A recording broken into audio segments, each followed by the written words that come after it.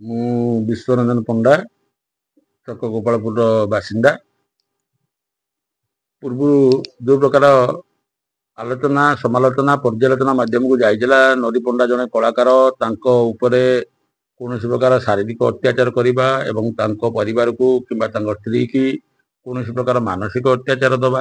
ତେଣୁ ଜଣେ କଳାକାରର କୌଣସି ପ୍ରକାର ପରିକାଷ୍ଠା, ତା ଅଭିନୟ ଯାଦୁ, ତା କଳାର ଯାଦୁ, ତା ଶାରୀରିକ ଯାଦୁ, ସବୁ ପ୍ରକାର ଯାଦୁକୁ ମିଶେଇକି ଜଣେ ପେଣ୍ଡାଲ ଉପରେ ଦର୍ଶକଙ୍କୁ ବାନ୍ଧି ରଖେ କଳାକାର। ତେଣୁ କଳାକାର ପ୍ରତି ନିର୍ଯାତନା ଦେବାଟା ଅମାନବୀୟ ଘଟଣା। ଯେଉଁ ଘଟଣାଟା କି ମାନେ ଯିଏ ବି ଶୁଣିବ ସିଏ ପ୍ରଥମ ଆଗେ ହାସ୍ୟରେ ଉଡ଼େଇବ ଯେ ଜଣେ କଳାକାର ପ୍ରତି ଏ ପ୍ରକାର ବ୍ୟଭିଚାରଟା ଠିକ ନୁହଁ। କିନ୍ତୁ ଆଜିକା ସମୟରେ ଜଣେ କଳାକାର କିଛି ଗୁରୁତର ମନ୍ତବ୍ୟ ବି ପ୍ରଦାନ କରୁଛନ୍ତି। ଜଣେ କଳାକାର ହେଇ ଜଣେ କଳାକୁ ବାନ୍ଧି ରଖିବା ପାଇଁ ଗୋଟେ ପାର୍ଟିର ଆଶ୍ରୟ ନେଇଛି। ମତଲବ କୌଣସି ଜାଗାରେ ଗୀତିନାଟ୍ୟ ବି ହେଉଛି, ସେ ବି ଗୋଟେ ପାର୍ଟି। କୌଣସି ଜାଗାରେ ଯାତ୍ରା ସୃଷ୍ଟି ହେଉଛି, ସେଟାକୁ ବି ଗୋଟେ ପାର୍ଟି କୁହାଯାଉଛି। ବିଭିନ୍ନ ପ୍ରକାର ଗଣନାଟ୍ୟର ନାମ ବି ଦିଆହେଇଛି। ତେଣୁ କଳାକାର ମାନେ ବି ଉଚିତ ଧର୍ମ ରକ୍ଷା ପୂର୍ବକ ନିଜର କଳା ଯାଦୁରେ ତ ଦର୍ଶକ ବାନ୍ଧି ରଖୁଛନ୍ତି, ସେଇ କଳା ଯାଦୁରେ ମାଲିକ ମାନଙ୍କୁ ବାନ୍ଧି କାହିଁ ରଖୁନାହାନ୍ତି? କାହିଁକିନା କଳା ହିଁ ଶ୍ରେଷ୍ଠ। ତେଣୁ କଳାକାର ପ୍ରତି ବ୍ୟଭିଚାର ଅନୈତିକ ଘଟଣା।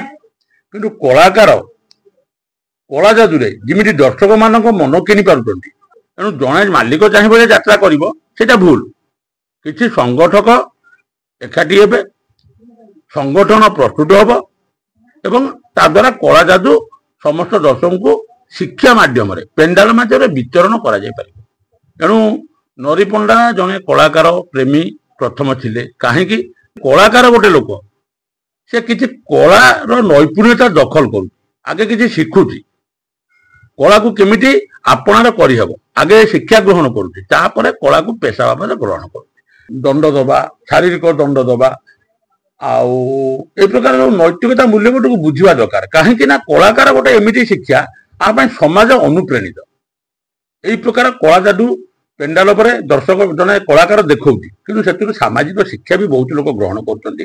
ଝିଅ ପ୍ରତି କି ପ୍ରକାର ବ୍ୟବହାର କରାଯିବ, ବୋହୂ ପ୍ରତି କି ବ୍ୟବହାର କରାଯିବ ଏବଂ ପରିବାରରେ କୋଉ ପ୍ରକାର ବ୍ୟବହାର, ମାର୍ଜିତ ବ୍ୟବହାର ହେଲେ ପରିବାରଟି ଶୃଙ୍ଖଳିତ ହିସାବରେ ଚାଲିବ।